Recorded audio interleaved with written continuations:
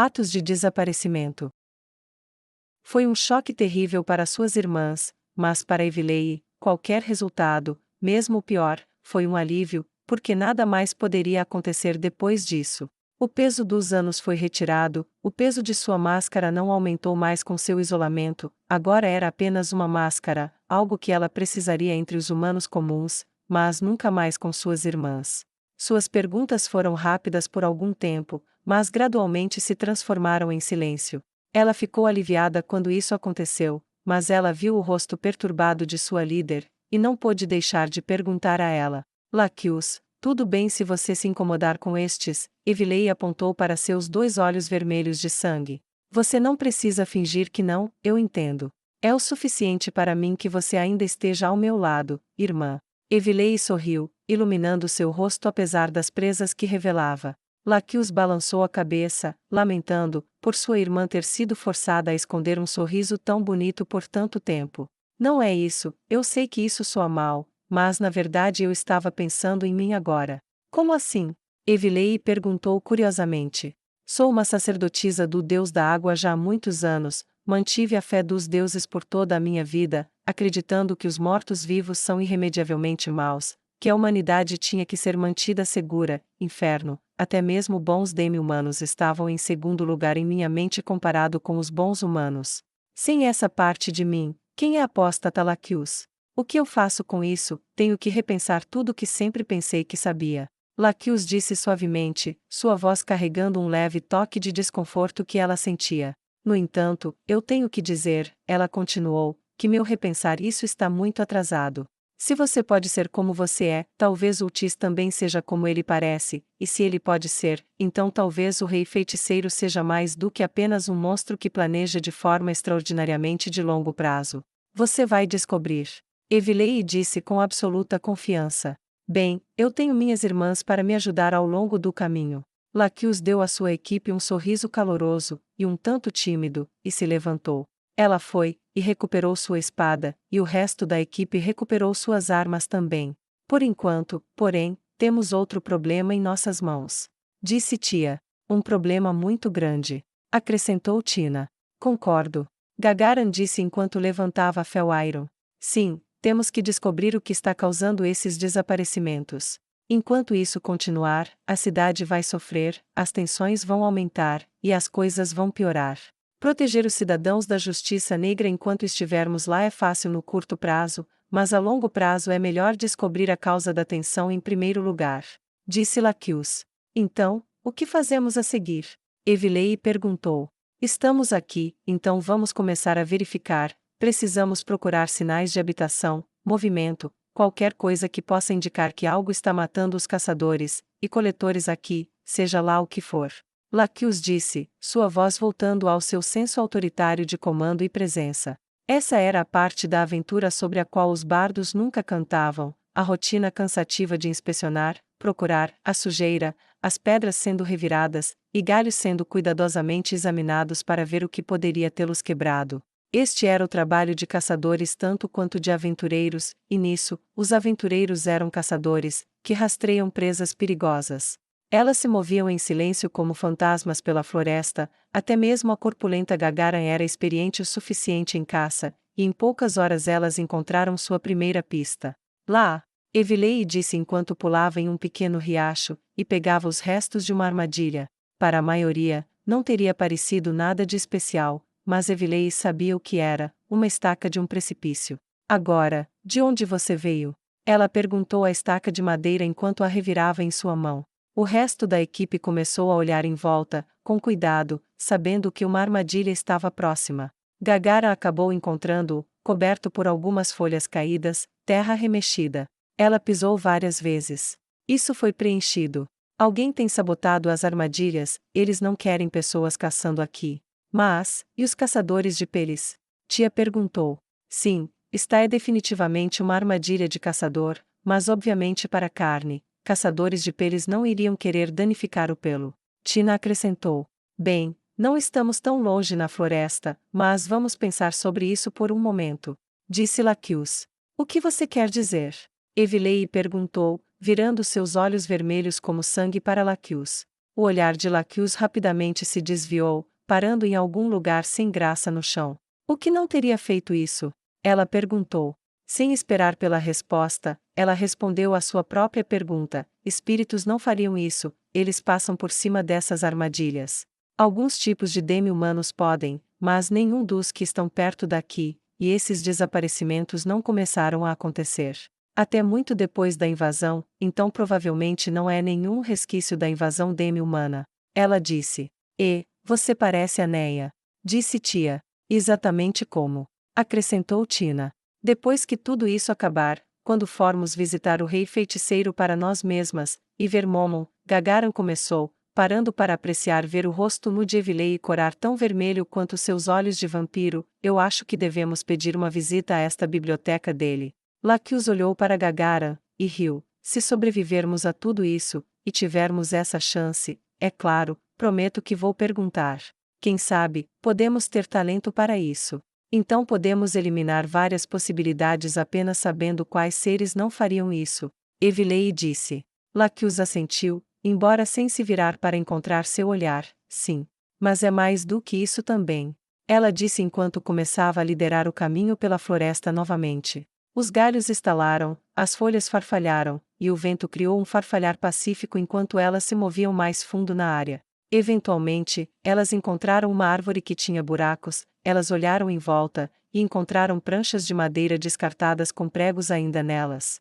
Tia estendeu a mão, e tocou a árvore, e olhou para os pregos. Esta era uma escada. Mas para quê? Ela perguntou. Aqui. Tina disse, apontando para cima. Não há nada lá. Gagaran respondeu. Não, mas havia. Está vendo as marcas de queimadura nos galhos? Evilei disse. Algo queimou lá, e aposto que o que estava lá era um lugar para um caçador.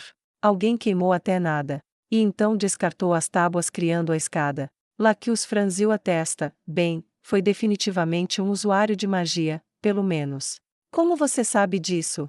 Gagaran perguntou. Se fosse o fogo de uma flecha, eles teriam facilmente queimado toda a floresta. Tia disse simplesmente. Mas um usuário de magia pode mirar em um ponto, e queimá-lo de forma limpa. Tina terminou por ela. Elas foram mais fundo na floresta antes de encontrar algo mais. Elas encontraram um corpo.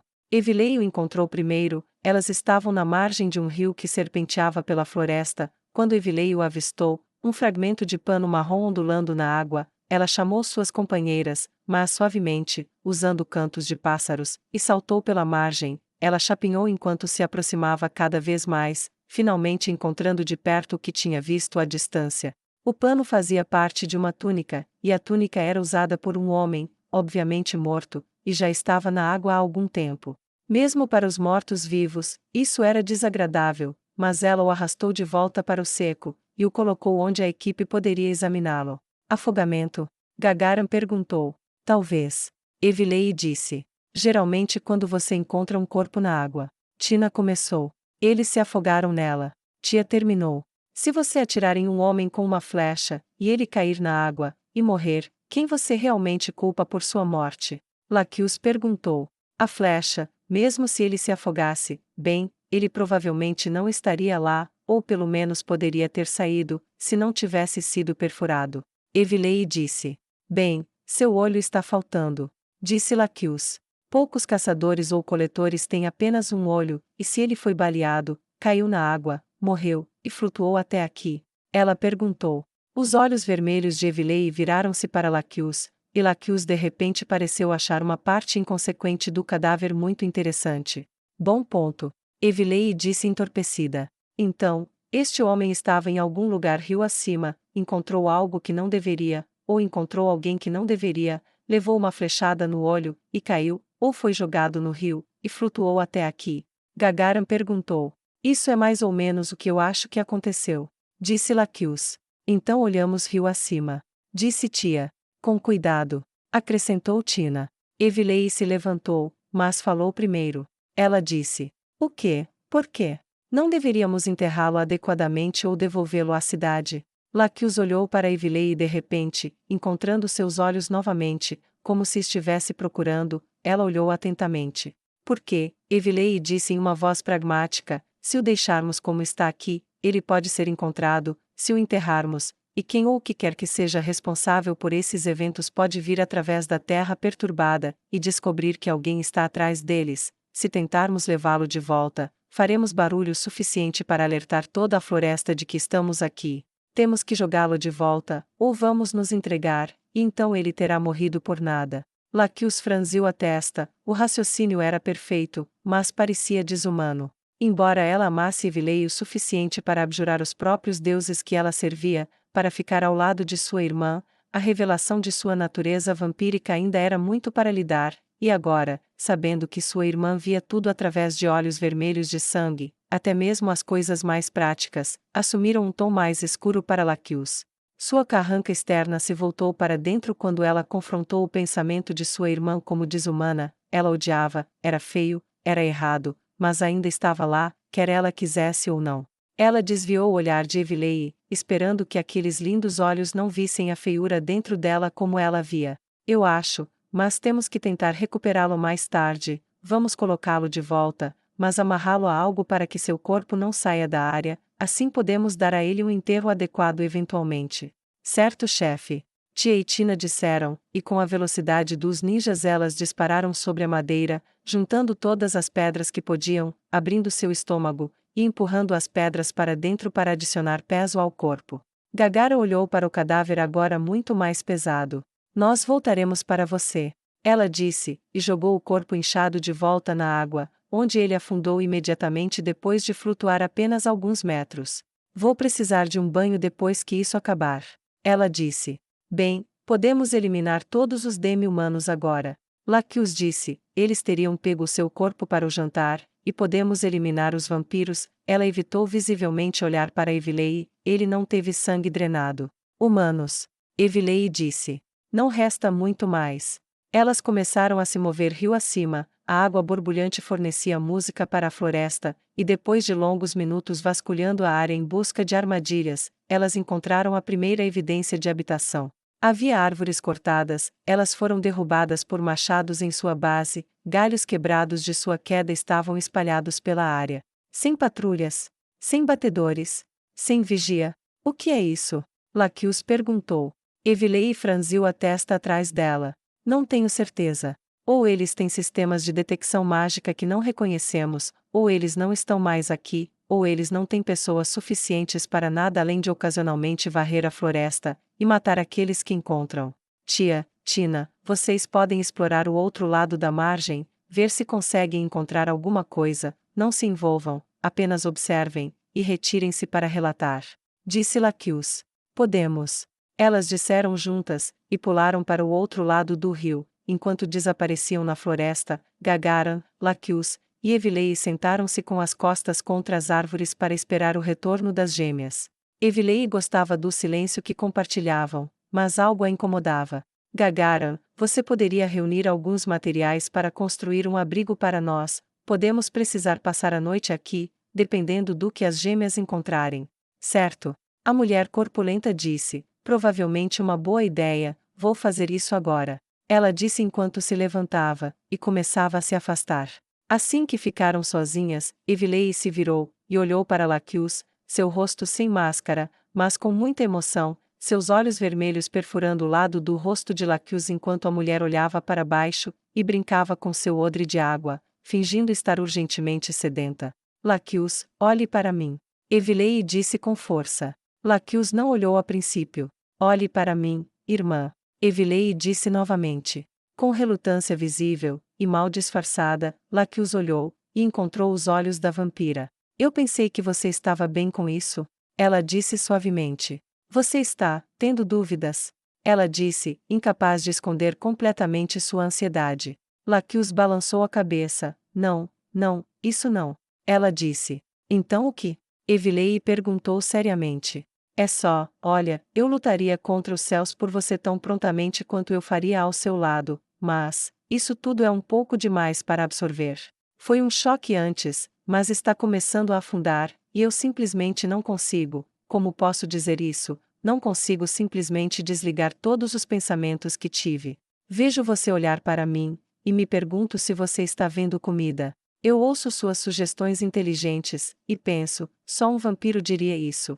Laquius balançou a cabeça, e baixou os olhos. Eu te aceito, claro que sim, eu te amo. Mas vai levar algum tempo para me acostumar a saber o que sei, não posso simplesmente desligar.